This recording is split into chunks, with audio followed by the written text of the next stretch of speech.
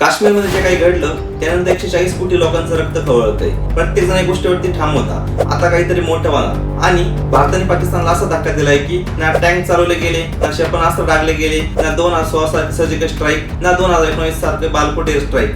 यावेळी भारतानं असं युद्ध सुरू केलंय जिथं रक्त सांडणार नाही, पण तहानेनं पाकिस्तान आतून पोखरून निघेल. आता पाकिस्तानामध्ये चुली बंद पडतील, मुलं तहानेने व्याकुळ होतील आणि नोकऱ्या नाहीशा होतील, तसेच कारखान्याने रुग्णालय ठप्प पडतील. आता कराची आणि लाहोरसारखं शहर अंधारात बुडतील, भाजीपाला गगनाला भिडेल, शेती कोरडीत पडतील आणि शेतकरी उपासमारीने वेवळतील. रस्त्यावरती मरण दिसेल, पण ते गोळी नाही तर फक्त तहानेनं. भारत पाकिस्तान युद्ध सुरू झालंय, पण हे युद्ध आता वॉटर स्ट्राईक असणार आहे. म्हणजे इतिहासात पहिल्यांदाच पाण्यानं लिहिलेलं युद्ध असेल. पहलगाम मध्ये पाकिस्तान समर्थक दहशतवाद्यांकडून हिंदूंचा नरसंहार करण्यात आला आणि भारताचा संयम संपला. पण यावेळी भारतानं तो निर्णय घेतला जो 1965, 1971, 1993, 2001, 2008, 2016 आणि 2019 या प्रत्येक वेळी घेतला गेला नव्हता. पण आता भारताने त्या कराराला रामराम ठोकला आहे. एक असा करार ज्यामुळे पाकिस्तानला थेंब थेंब पाण्यासाठी हवालदिल व्हावं लागेल. भारताने पाकिस्तान विरोधात 5 निर्णायक पावलं उचलली आहेत. आता अटारी बॉर्डर बंद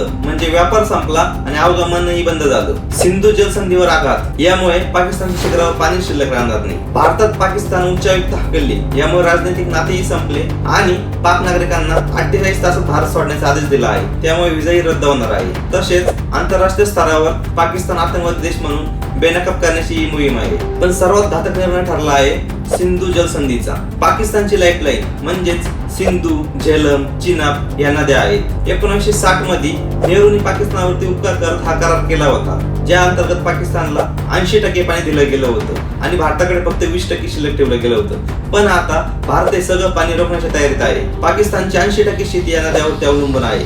93% शेतीचं पाणी याच नद्यांमधून मिळतं. आता हे पाणीच थांबलं तर काय होईल? तर पाकिस्तानची शेतं कोरडं पडतील, पिकंही नष्ट होतील आणि शेतकरी उद्ध्वस्त होतील. कराची, लाहोर सारख्या शहरामध्ये लोक 1 ग्लास पाण्यासाठी भटकतील. यामुळे रुग्णालय बंद पडतील, दवाखान्यातून पेशंट बाहेर पडतील आणि सर्व ठिकाणी अंधारच दिसेल. होय, कारण सिंधू नदीच्या जलविद्युत प्रकल्पामधूनच पाकिस्तानला वीज मिळत असते. आता पाणीच नाही म्हटलं वीज कुठून येणार? त्यामुळे शहर काळोख्यात जातील आणि फॅक्टरी बंद पडतील. कृषी आणि वीज क्षेत्र ठप्प म्हटल्यावरती अर्थव्यवस्थाही ठप्प होईल.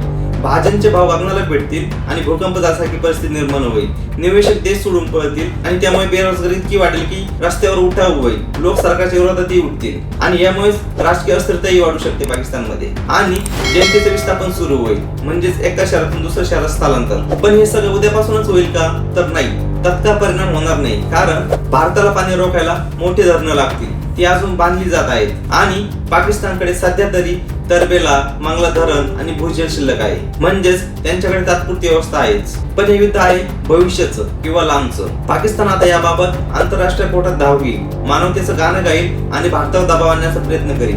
पण भारताला आता हे स्पष्ट करायचंय की भारताच्या संयमाचं राजकारण आता होणार नाही. आता परिणाम नाही, पण भीती मात्र सुरू झाली. हर पाकिस्तानच्या मनात हीच भीती ठाण मांडून बसेल की उद्या काय होईल. कारण भारत जर सगळी पाणी रोखण्याची क्षमता उभी करेल तर मग खरी बरबादी सुरू होईल. पाकिस्तानची शेती नष्ट होईल, नोकऱ्या संपतील, वीज गायब होईल, भूक वाढेल आणि बेरोजगारी वाढेल. या सर्व गोष्टीमुळे पाकिस्तानमध्ये हाहाकार माजेल. भारताला आता जगाला दाखवायचंय की भारत फक्त सहिष्णू नाही तर सक्षम देखील आहे. आणि पाकिस्तानच्या डोळ्यात डोळे घालून म्हणायचंय की तुमचं वागणं जर हमास सारखं असेल तर आमचे उत्तर इस्रायल सारखंच असेल. ही वॉटर स्ट्राईक कुठल्याही स्ट्राईक पेक्षा जास्त घातक ठरेल. ही स्ट्राईक पाकिस्तानला हादरेल आणि जगाला भारताच्या निर्धाराची साक्ष देईल. पुढच्या वेळी कुणी भारताविरुद्ध कारवाई करायच्या आधी 10,000 वेळा विचार करेल हे नक्की. काश्मीरमध्ये मारले गेलेले ते निरागस पर्यटक, हनीमूनवर गेलेली ती जोडपी, कष्ट करून निवांत ठिकाणी जगायला गेलेली काही ती माणसं, ही वॉटर स्ट्राईक त्यांच्यासाठी खरी श्रद्धांजली ठरेल. भारत आता गोळी झाडणार नाही, पण पाकिस्तान पाण्यामुळे गळून पडेल हे नक्की. पाण्याचं युद्ध, पाण्याचा अन्याय भारताचा पहिला प्रहार आणि हे युद्ध इतिहासात पाण्याने लिहिलं जाईल. तसंच भारत सरकार अजून या प्रकरणावरती काय काय पावलं उचलत आहे 1-2 दिवसात कळेलच. परंतु या संपूर्ण प्रकरणावरती तुमचं मत काय हे आपल्या कमेंट बॉक्स मध्ये लिहायला अजिबात विसरू नका. आणि अशाच माहितीपूर्ण व्हिडिओ बघण्यासाठी आपला YouTube चॅनल महाराष्ट्र लाईव्हला नक्की सबस्क्राईब करा. भेटूया नवीन व्हिडिओसह. तोपर्यंत जय महाराष्ट्र.